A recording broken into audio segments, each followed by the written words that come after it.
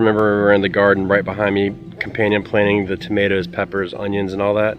If you don't, I'll put it up here so you can check it out. But we are planting another pepper in, and this one has fallen over and started to grow up like this. But as we plant it, it'll be fine. I started this from seed about 3 months ago maybe. So it is 100% ready to get in. It is starting to get root bound.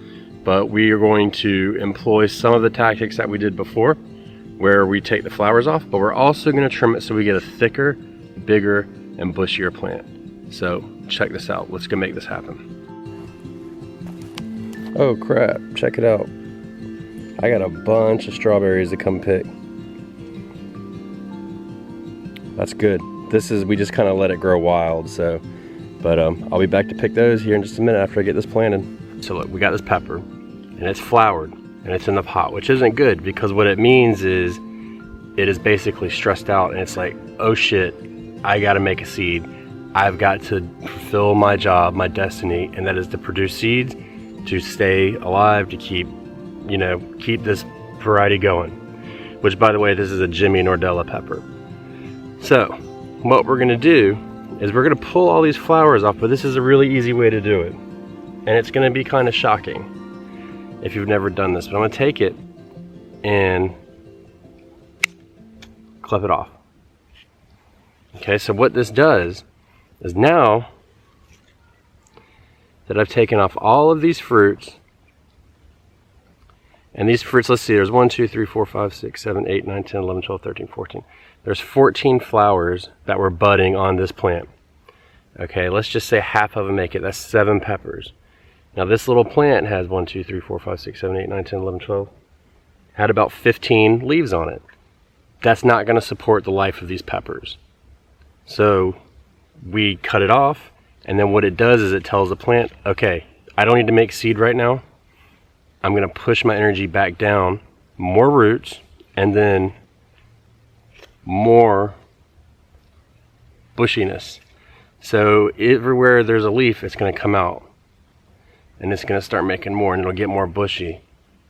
And these are some of the other ones that I've done around the garden. I'm adding peppers later, so I'm succession planting, so I don't get a total flush of peppers all at once, because I don't want that. I want to have a gradual, steady flow. So all of these plants, they will branch out and they will bush, because otherwise you would just have a really long pepper, and they will branch out naturally, but nowhere near like they're going to do now. So I would have, probably about an 18-inch pepper with one main stem, and then a couple branches coming off, versus now I'll have a bunch of them coming out, and then there'll be, and then there'll be more room for fruits. There'll be stronger stems, all that good stuff. So this is a good tactic to use.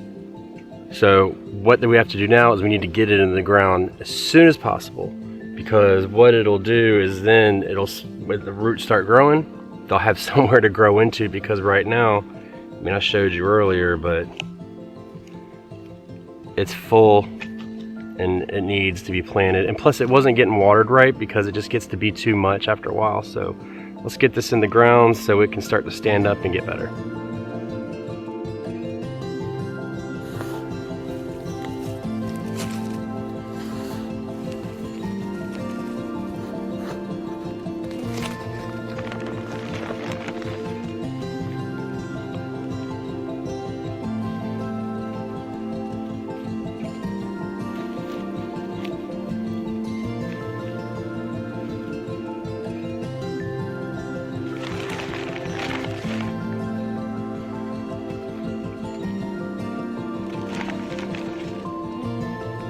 Alright, so let's see how this one does.